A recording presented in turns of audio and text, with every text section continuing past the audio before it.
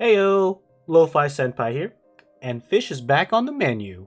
Today, I'll be going over why you want Kokomi. I'll be going over her kit, some kind of build, and the utility that she provides into the game.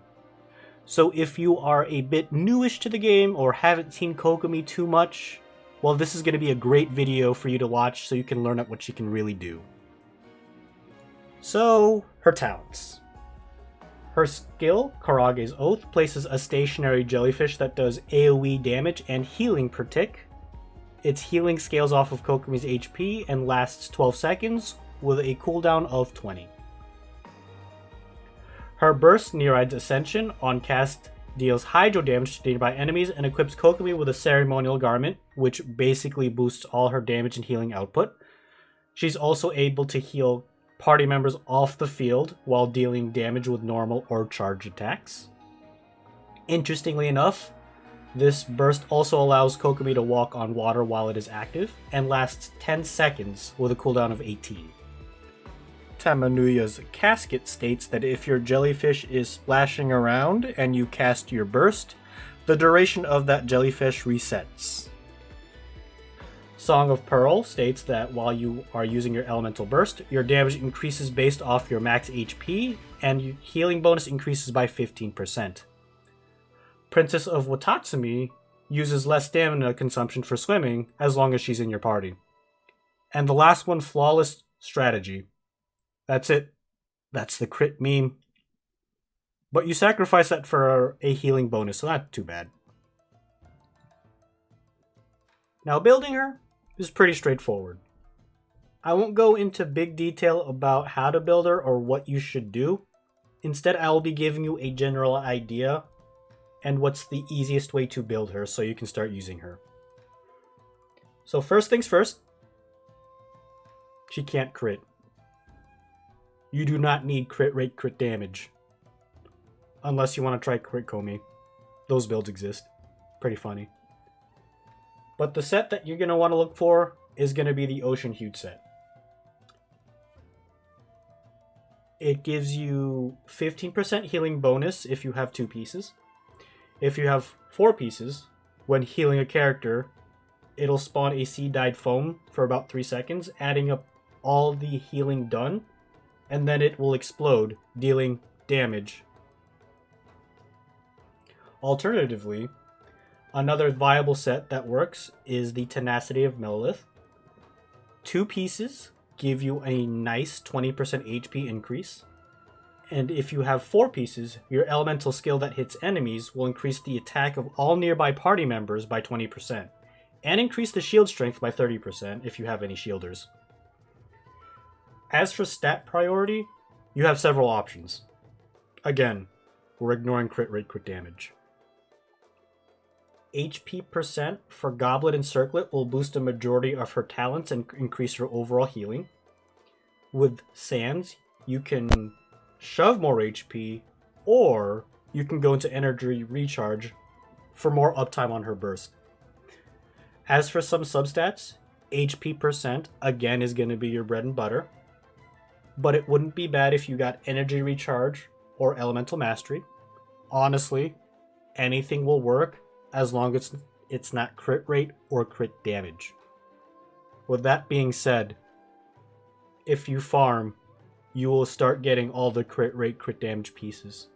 It's happened to me. As for weapons, just shove Prototype Amber, Hakushin Ring, or Thrilling Tales of the Dragon Slayer, and call it a day. So what's that mean for team compositions? Well, a lot. Especially now that Denjo's finally playable in the game. She can find comfort in many team compositions. You have Freeze, Taser, Vaporize, now Denjo throwing in Hyper Bloom. She will find comfort in a lot of teams that you try to build.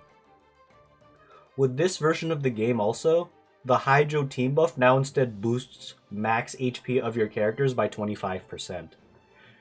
And few characters in this game scale off of their HP in their ability in some way, shape, or form. Kuki, Yellen, Diona are just a few characters that have that scaling capabilities, and also go great with Kokomi.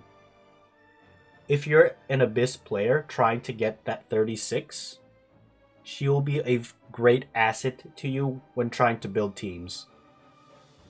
Over time, Kokomi has seen a lot of Abyss use due to her great application and her easy playstyle.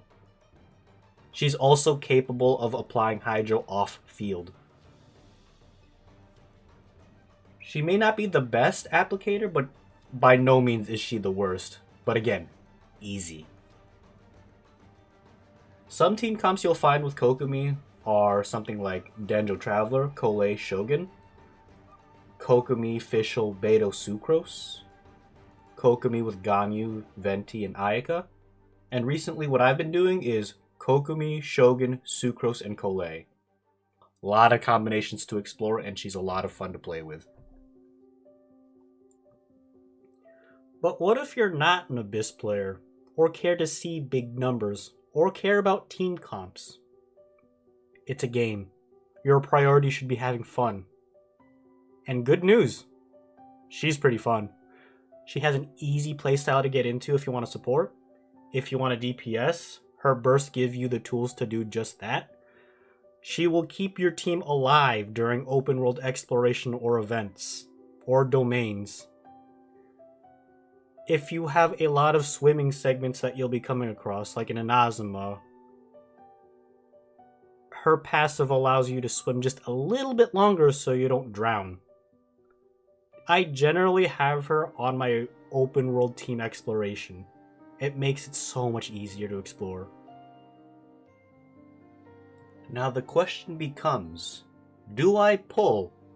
Is she worth it? And the cheesy answer would be, well, that would depend on the playstyle and your needs of your team.